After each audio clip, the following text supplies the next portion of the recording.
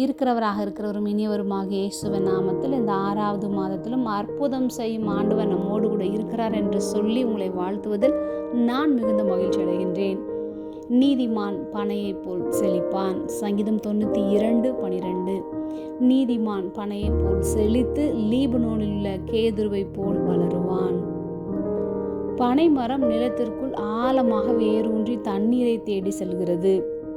இன்று நாமும் கர்த்தராகிய இயேசு கிறிஸ்துவுக்குள் ஆவிக்குரிய வாழ்க்கையில் ஆழமாக அவரை தேடுவோம், அவருக்குள் வேரூன்றி இருப்போம். பனைமரம் பெரும்பாலும் நேராக வானத்தை நோக்கி வளர்கிறது.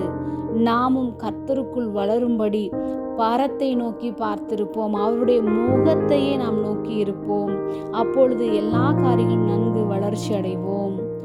ஒவ்வொரு முறையும் காற்று பலமாக அடிக்கும் போது பனைமரம் வளைந்து கொடுக்கும், ஆனால் எளிதில் உடைந்து போகாது. அதுபோன்று நம்முடைய வாழ்க்கையிலும் பிரச்சனைகள் வரலாம்.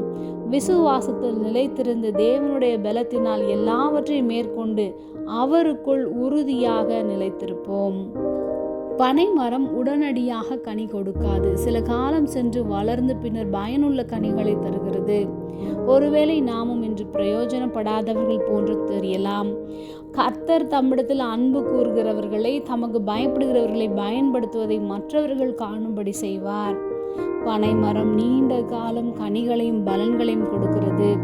நம்முடைய உள்ளான வளர்ச்சி பற்றி தெரியாமல் இருக்கலாம், ஆனால் நிச்சயமாக அடியில் நாம் வேர் பற்றி பூத்து காய்த்து கனிகளை கிறிஸ்து இயேசுவுக்குள் நாம் கொடுப்போம் என்பதை விசுவாசிப்போம். ஜெபம். அன்பின் பரம தகப்பனே, எப்பொழுதும் எங்களோடு கூட இருக்கிறவரே, பனையை போல எங்களை செழிக்க செய்வதற்காக நாங்கள் உமக்கு நன்றி செலுத்துகிறோம். இயேசுவின் நாமத்தில் பிதாவே, ஆமென்.